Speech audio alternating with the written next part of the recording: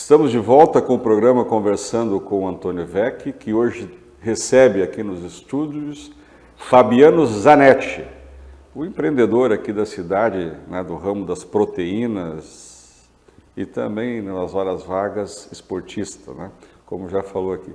Fabiano, essa questão dos mercados maduros que se falava, o problema da oferta e procura, né?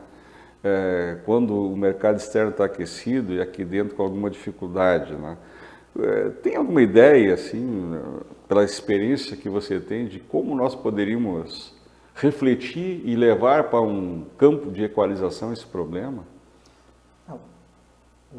É complicado, estou te perguntando. Bem complexo, mas eu acho que a gente tem que começar a olhar sempre, né, na base da pirâmide, né? Principalmente o quê? O que vai levar essa economia a ser um pouco madura e oscilar tanto, um pouco menos o mercado interno e esse preço também, né? Sim. Capacidade da população de consumir. É isso. O que é isso? Emprego mais qualificado, mais pessoas, né? Menos cair esse percentual aí de 13%, 14% de desemprego, né? Trazer isso para perto, sei lá, um percentual aí que seja dentro dos países mais desenvolvidos, 4%, 5%, 6%, né? Já daria. E também de empregos de uma qualificação maior, né? Porque daí tu vai ter acesso, né? Mais pessoas aí da classe ascendendo de classe, chegando C, B, que é muito distante da nossa realidade hoje. Mas principalmente, né? As empresas também não virando as costas para o mercado interno. Daí seria também os governos, né? Muito próximos, também políticas, né? Federais, não intervindo, mas também fazendo eles, né, enxergarem um pouco mais que eles não podem abandonar, né? E também, principalmente, eu falo sempre que essa cultura, né, que todo mundo quer levar vantagem nos negócios, né? Tanto a empresa, tá bom, nós viramos, porque o mercado interno está fora. Mas eu acho que o grande diferencial disso tudo, e a população tem que começar, né, a ficar atenta a isso, são as empresas que viram as costas para o mercado interno. Quando voltarem, também a população saber quem são eles e saber olhar essas marcas, né, e saber dizer, não, me virou as costas, eu não vou consumir esse teu produto agora, eu vou consumir quem esteve sempre com a gente. Eu acho que isso é uma maneira mais, que eu digo, mais tranquila de fazer, não tanto quanto a população está madura para fazer isso também. Porque essa equação de dizer, hoje tu não tem, hoje é questão de sobrevivência para os frigoríficos, está exportando. Até porque você falou mesmo, né? Nós tivemos uma queda no consumo interno da ordem de quase 20%, né? Então, se não tivéssemos a alternativa de exportar, nós teríamos grandes problemas com parcela dessas empresas, né? Sobretudo trazendo desemprego, né? Que empregam bastante, né? Então, não é uma equação simples. Mas por isso que eu falo bastante. Hoje é questão de sobrevivência, né? Porque essa questão dos grãos estão muito caros. Agora, em momentos que o grão não é tão caro, essa oscilação é muito menor na exportação e quando houver, né, esse desabastecimento, acho que daí o que prega é justamente, então, o consumidor está olhando quem são as marcas que te abandonam, sobe muito o preço e só vão na boa. Mas também não é tão simples. Eu não acredito nisso que a gente está preparado para fazer isso também. Até assim, para que o nosso telespectador tenha claro, né, porque às vezes fica incompreensível até para quem é do ramo compreender essas oscilações de preço, né, que nós estamos experimentando, né? Mas o que se pode dizer em linhas gerais é que o preço, né, oscila da forma como tem oscilado em decorrência de uma série de fatores, né? Um deles é né, os insumos. Nós tivemos quedas na safra de milho, nós tivemos do outro lado aqui a questão também da infraestrutura, né, das nossas estradas, portos e ferrovias, que também trazem um custo. Nós temos o custo da energia elétrica, da telefonia e do combustível, né, que subiram assombrosamente. Nós temos a questão dos tributos, ou seja, é um rescaldo, né, um conjunto de fatores que pressionam, né, Os insumos, plástico, papelão também, do mais todos, né, até em face, ocorreu uma coisa impressionante, porque com a pandemia no ano passado, muitas empresas tiveram que adotar turnos reduzidos ou, quando não, até interromper as suas atividades. Faltou matéria-prima também para eles produzir o saco plástico, a caixa de papelão, e isso fez com que esses preços todos disparassem, né?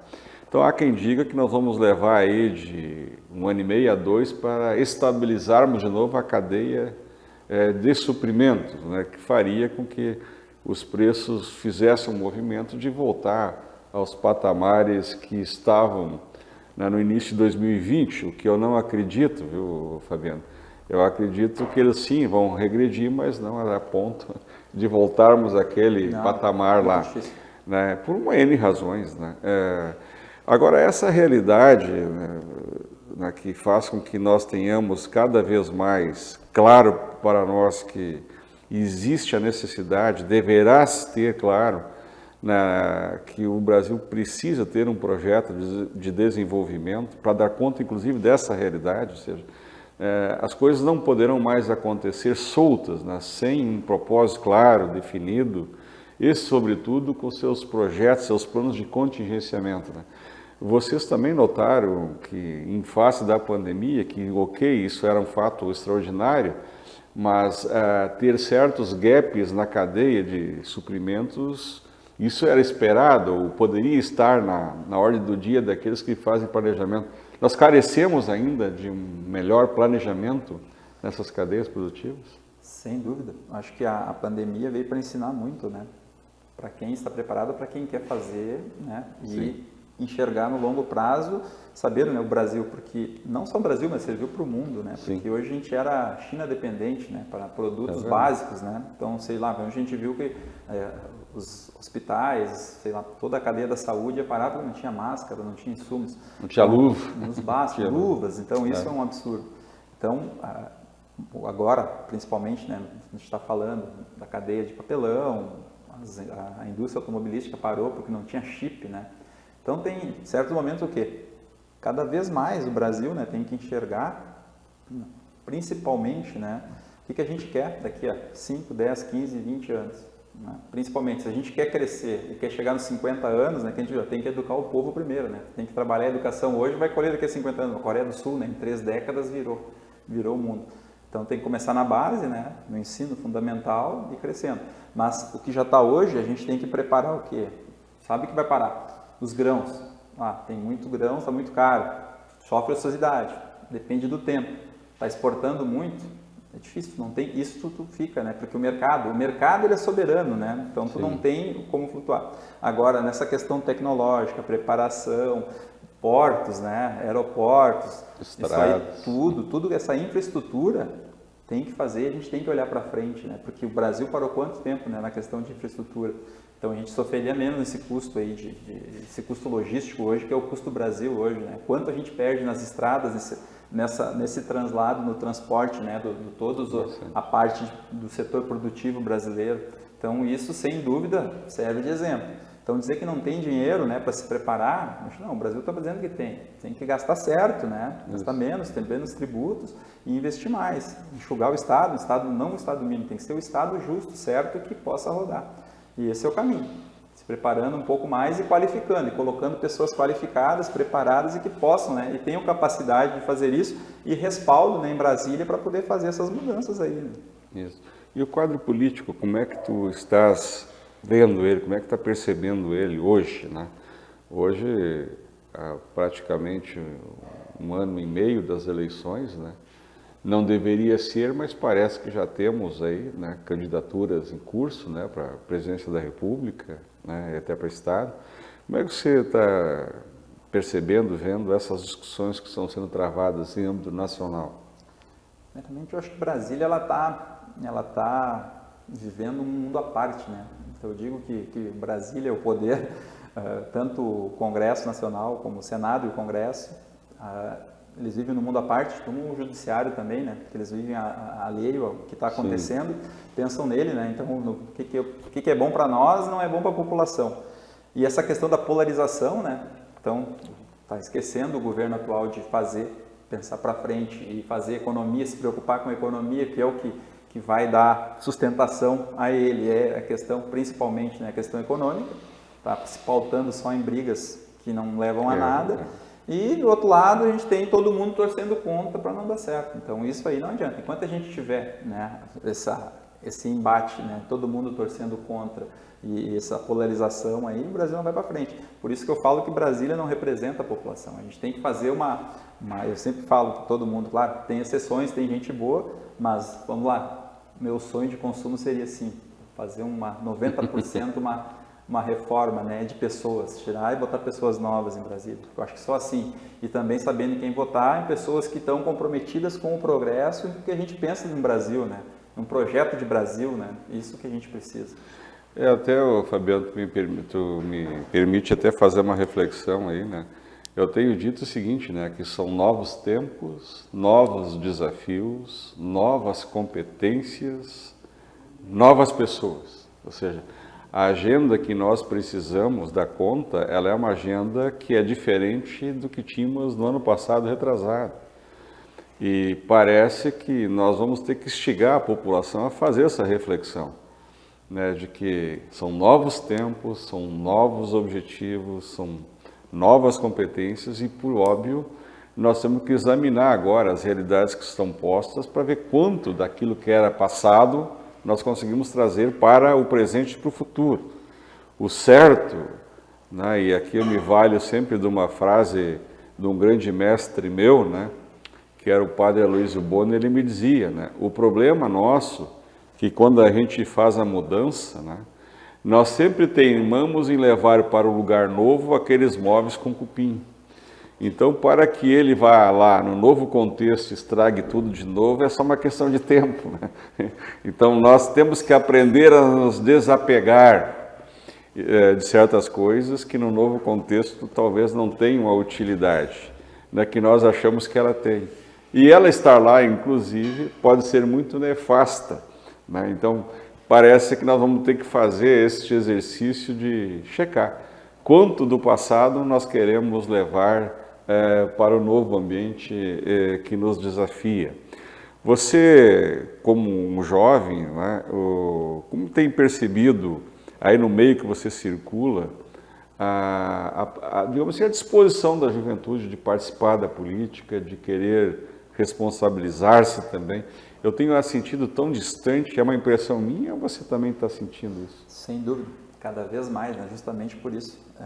Acho que está impregnado, né, na mente, né, da juventude e também de muitas pessoas na faixa etária da gente. Eles querem distância porque está tão nojento, né? Vamos fazer o português Sim. correto, né? A política hoje ela está tão nojenta, né, de Brasília, de cima para baixo, né, que ela distancia, né? Distancia todo mundo. E isso é um problema, bem pelo contrário. Mas aí um pouco da solução passa da gente como pai, né? Porque o meu papel eu sempre procurei fazer com meus filhos o seguinte, que a política é super importante, que a política precisa de pessoas sérias, corretas e de bem. Então, pessoas de caráter precisam participar. No momento que tu não participa, né? Nós estamos passando por isso em Brasília porque justamente as pessoas de bem estão se distanciando da política e isso é um problema. Pois é, Fabiano, isso aqui é uma coisa, sabe, que esses dias eu me vi refletindo. O jogo político tal qual ele é assim denominado, ele é, na verdade, um jogo, né? E se você for examinar, ele talvez seja um dos únicos jogos em que não tem regra. Ele é um jogo que não tem regra, parece, vale tudo ali, né? E isso talvez seja o que tem maculado a política, né? Todas as demais competições, né, que nós somos chamados a disputar, inclusive você como goleiro, né? Até para ser goleiro tem regra. Mas parece que no embate político a regra é não ter regra. Será que não está na hora de nós refletirmos um pouco que esse jogo, dada a sua relevância, ele precisa ter regra?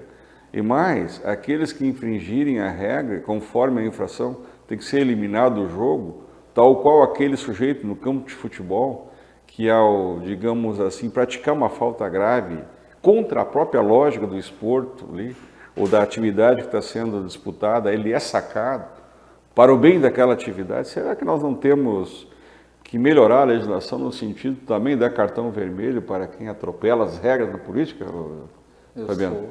Concordo plenamente e vou um pouquinho mais longe. Eu sempre falo que no momento que um candidato eleito ele infringiu a regra, seja por corrupção, né, ou responsabilidade, né, fiscal, Sim. Quem deveria pagar, nesse caso, era o partido, que na outra eleição ele não poderia concorrer. Tudo é uma boa ideia, viu? Isso, para mim, é o cerne.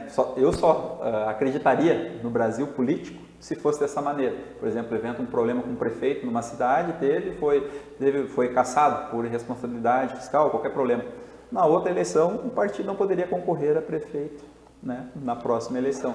Com certeza os quadros melhorariam, os partidos se preocupariam com isso e também ajudaria, porque eles perderiam a questão do acesso ao fundo.